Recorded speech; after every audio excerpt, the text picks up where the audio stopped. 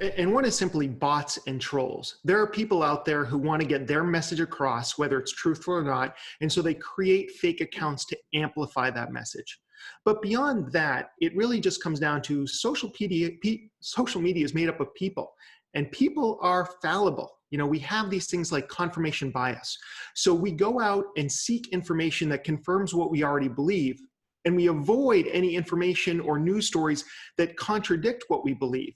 And so that makes it hard for us to see the whole picture. And then algorithms from these social media sites, which you and I have talked about, Rob, on a previous episode, they feed us what we like. So if we have been engaging with pro-Trump posts, it's going to feed us more pro-Trump posts. And if we've been engaging with more Black Lives Matter posts that make it look more positive, then they're going to send us more posts about Black Lives Matter.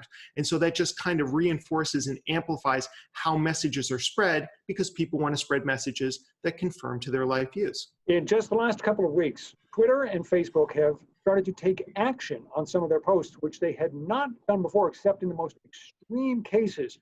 What exactly are these two enormous players doing? Absolutely. So Twitter has been doing something there where they're labeling tweets, where certain tweets, because they feel they're misleading or because they promote violence, come with a sort of notice on top of them that you have to agree to even see it.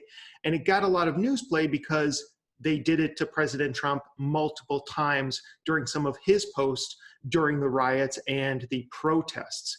And then Facebook, in turn, has created this fact check program where if you are sharing news stories that they feel are misleading, if they have experts who research these things, if they're misleading or if they're misinformation, first of all, there's going to be an alert that comes with that post when you share it. You're going to get an alert that you're sharing a story that has been deemed to be inappropriate or untruthful. And if you do this enough, you won't have the same distribution that you would normally have. In other words, Facebook's not going to share these false stories through their platform. So ultimately, are the social media platforms responsible now for this? Well, I think it's helpful to see these kind of alerts pop up in your feed because it reminds you that not everything on the internet is true, but ultimately it's on us. We live in a democracy, a free country, and there's responsibilities that come with this. So if you see something in your feed that you want to share because it reinforces your worldview, do a little research first. It's important to share information, but it's possibly even more important to not share misinformation or disinformation on social media because it can go viral so quickly. Interestingly enough, there are online tools that can help us address some of these issues. I know you've looked into that. What did you find? Yeah, so one good one is called tineye.com. And what you can do is a lot of times people will share something and they'll use an image, and that image may come from a completely different story that happened a world away. So if you're reading a news story and you're like, I wonder if that's actually true, or if you see something on social media, you can just grab the image, bring it over to tineye.com, and it will tell you the first time it was used. And very often you'll discover that photo did not come from the incident they're talking about.